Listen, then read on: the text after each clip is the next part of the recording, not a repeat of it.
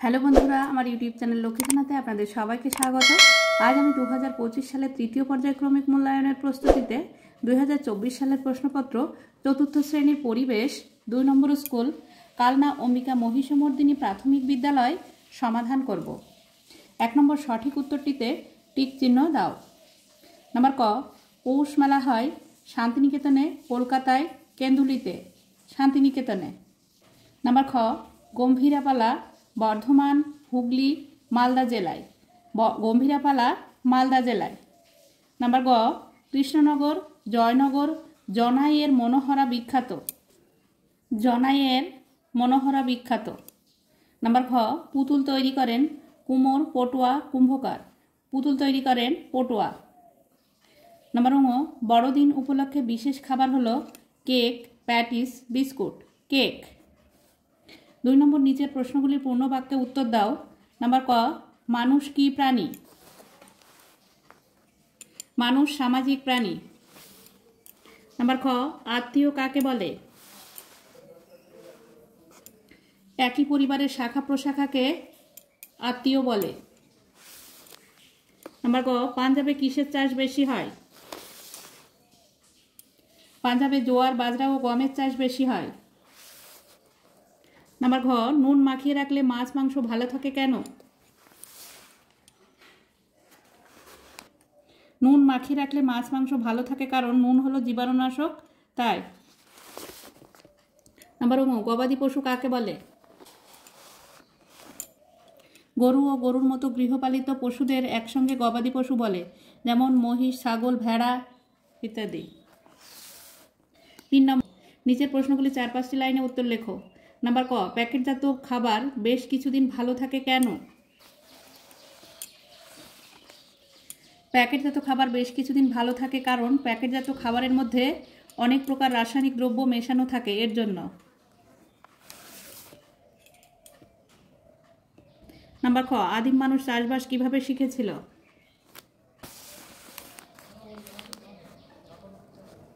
আদিম মানুষেরা ছোট ছোট দলে ভাগ হয়ে খাবারের সন্ধানে ঘুরে বেড়াতো বিভিন্ন জায়গায়। সেই সময় মানুষ হয়তো লক্ষ্য করেছিল পশু পাখির ফল খাবার সময় বা মলত্যাগের সময় বীজ মাটিতে পড়ে, কিছুদিন পরে ওই গাছ থেকে চারা বেরোচ্ছে। এভাবে হয়তো সেই সময় মানুষ বীজ মাটিতে ফেলে চাষের কাজ শিখেছিল। নাম্বার গ, লালন ফকির সম্বন্ধে সংক্ষেপে লেখো। লালন ফকির ছিলেন বাংলার একজন সাধক বাউল, যার কাছে আল্লাহ, হরি, রাম, রহিমের আসন ছিল সমান, যিনি মানুষে মানুষে মিলনের বাণী প্রচার করেছিলেন।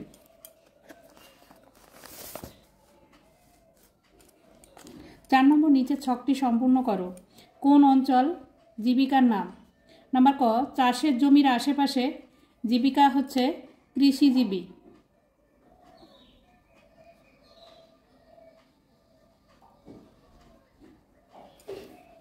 নাম্বার খ, খনি এলাকায় খনি থেকে কয়লা তোলা।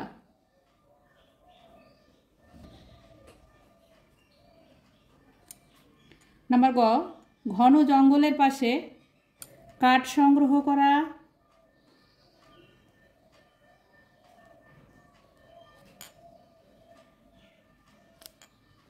মধু,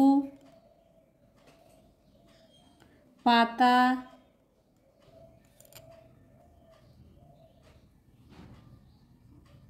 গাছের ঔষধি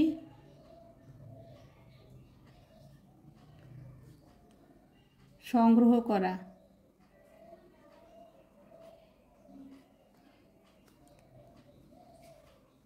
ও কাঠচেরাইয়ের কলে কাজ করে। নাম্বার ঘ, নদী বা সমুদ্রের আশেপাশে মাছ ধরা, চিংড়ির মিন সংগ্রহ,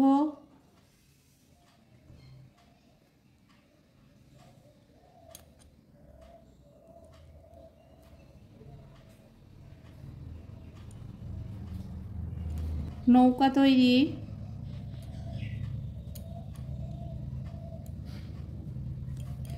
ইত্যাদি।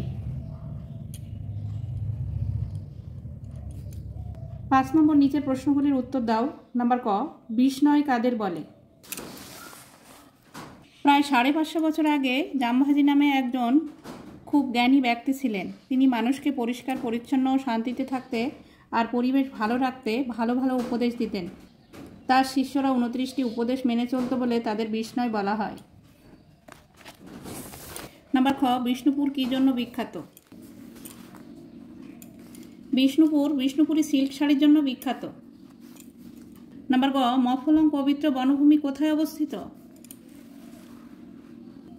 মেঘালয়ের শিলং থেকে 25 কিলোমিটার দূরে বিখ্যাত মফলং পবিত্র বনভূমি অবস্থিত। 6 নম্বর শূন্যস্থান পূরণ করো। নাম্বার ক, জয়নগরের মোয়া বিখ্যাত। জয়নগরের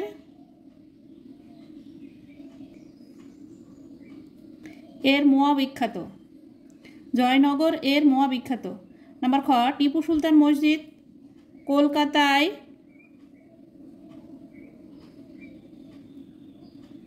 অবস্থিত। নাম্বার গ, কোণার্ক এর সূর্য মন্দির বিখ্যাত।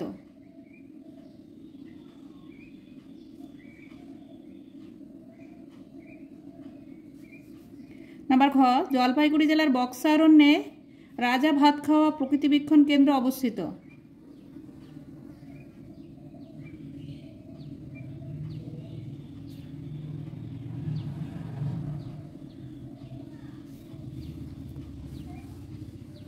সাত নম্বর নিচের প্রশ্নগুলির উত্তর দাও।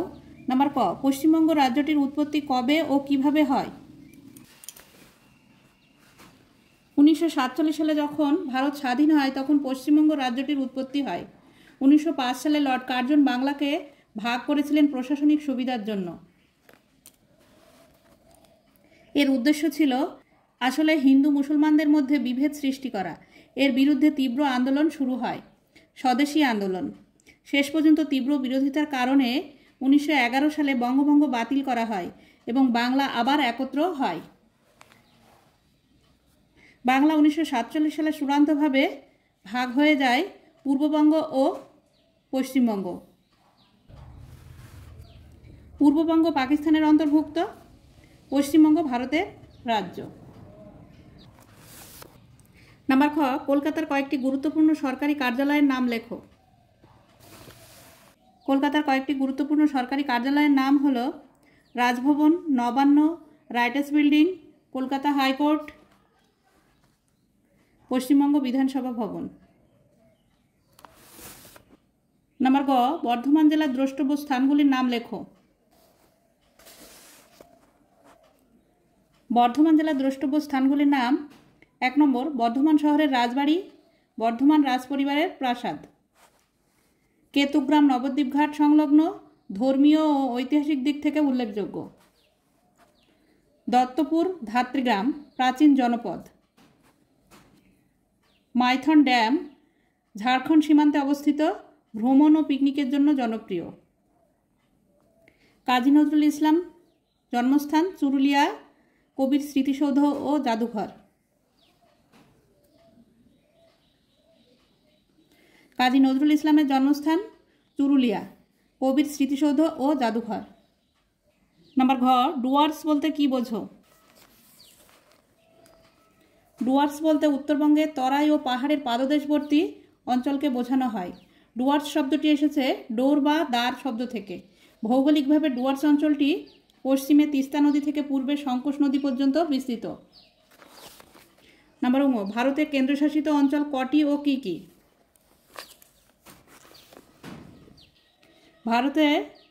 ভারতের কেন্দ্রশাসিত অঞ্চল 8টি। 1 নম্বর, আন্দামান ও নিকোবর দ্বীপপুঞ্জ। 2 নম্বর, চণ্ডীগড়। 3 নম্বর, দাদরা ও নগর হাভেলি এবং দমন ও দিউ। 4 নম্বর, লাক্ষাদ্বীপ। 5 নম্বর, দিল্লি। 6 নম্বর, পুদুচেরি। 7 নম্বর, লাদাখ। 8 নম্বর, জম্মু ও কাশ্মীর। 8 নম্বর শূন্যস্থান পূরণ করো। নাম্বার ক, ভারতের দীর্ঘতম সেতু কোনটি? নাম্বার ক, ভারতের দীর্ঘতম সেতু ভূপেন হাজারিকা সেতু।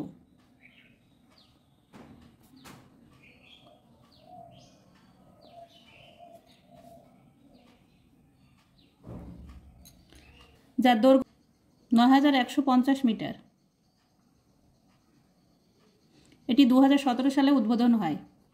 নাম্বার খ, অজন্তা গুহায় আদিম মানুষের জীবনী অবলম্বনে চিত্র অঙ্কিত আছে।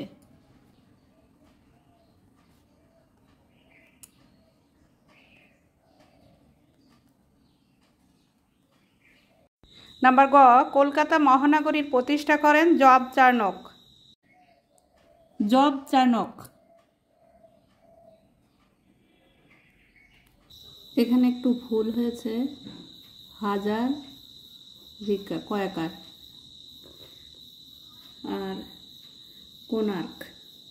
কোণারকের সূর্য মন্দির বিখ্যাত। 9 নম্বর, নিচের প্রশ্নগুলি এক কথায় উত্তর লেখো। নাম্বার ক, পশ্চিমবঙ্গের কোন জেলায় চা বিশ্ববিখ্যাত? পশ্চিমবঙ্গের দার্জিলিং জেলার চা বিশ্ববিখ্যাত। নাম্বার খ, কলকাতা কর্পোরেশনের প্রথম বাঙালি মেয়র কে ছিলেন?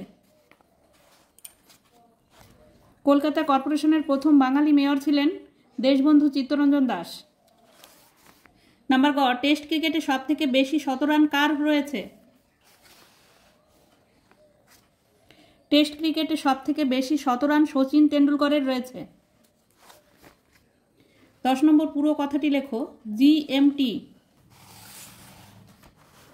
GMT Greenwich mean time. Number খ, MLA member of legislative assembly. 11 নম্বর, সঠিক উত্তরটি বেছে নিয়ে লেখো।